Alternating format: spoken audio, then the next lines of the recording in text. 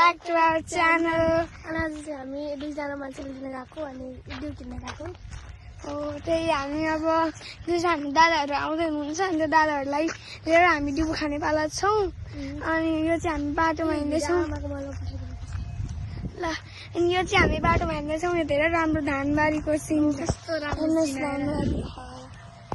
सबैतिर हरियाली नि हरियाली छ यो चाहिँ ठुलो घर देख्नुहुन्छ त्यो चाहिँ हाम्रो ठुलो मामको घर हो अनि हामी चाहिँ यहाँ छौँ ल अहिले हामी अब दादाहरूलाई भेटेपछि फेरि भिडियो बनाउनेछौँ अनि दिउँसो खाएको पनि बनाउनेछौँ है बाई अहिलेको लागि बाई यो चाहिँ हाम्रो अङ्कलहरू हुनुहुन्थ्यो जो बाइकमा गइसक्नु भयो हामी यहाँ डिउ किन्न आएका छौँ अब हामी डिउ लिँदैछौँ एकछिन दिँदै हुन्छ त्यो अङ्कलले चाहिँ हाम्रो डिउ लानु हुनुहुन्छ उता डिउ हाम्रो डिउ आइसक्यो यो चाहिँ हाम्रो डिउ हो अनि यो चाहिँ सलोनीले बोकेकी चाहिँ 10 रुपियाँ अब चाहिँ हामीले डिउ लिइसकेका छौँ अनि त्यो अङ्कलहरूलाई चाहिँ हामीले भेटेर हाम्रो यस्तो भयो भन्दाखेरि ठ्याक्कै हामी यहाँ चोकमा आइपुगेको छौँ त त्यो अङ्कलहरू उतातिर कट्नु भयो होइन हामी त्यो अङ्कल हामी बोलाउँदै थियौँ त्यो अङ्कलहरूलाई हामी चिन्दैन थियौँ क्या दुईजना हुनुहुन्थ्यो अनि हामी चिन्दैन थियौँ हाम्रो दिदी ठुल्मामको छोरीको खोइ के भएर हामीलाई पढाउनु भएको भाइ साइ के हो अनि त्यही भएर हामीलाई पढाउनु भएको थियो हामी चिन्दैन थियौँ हामी अङ्कल अङ्कल निशा पराजुली भन्दै थियौँ र पनि अङ्कलहरू नसुनिकन उताको चोकमा गएर अनि मान्छेहरूले सोध्दै हुनुहुँदो रहेछ अनि फेरि यतातिर फर्किनु भयो फर्किनु भयो अनि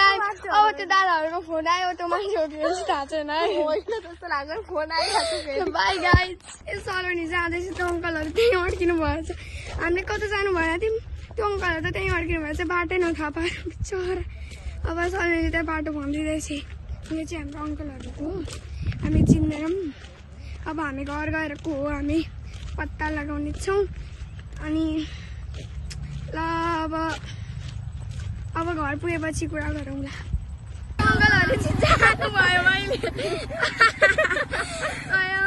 अनि यहाँ चाहिँ हामी छौँ मेरो मजाले हात देखियो होला किनकि मलाई पक्रिन आउँदैन